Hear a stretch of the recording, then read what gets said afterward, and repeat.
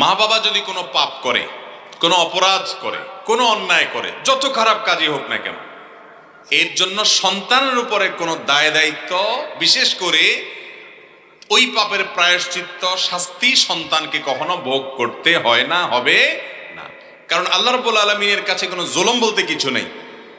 আল্লাহ তাআলা কোরআনে কারীমে বলেছেন, ওয়া আল্লা তাজিরু ওয়াজিরাতুন ভিজরা উখরা, দুনিয়ার কোনো কেউ একজন আরেকজনের পাপের বোঝা বহন করবে না।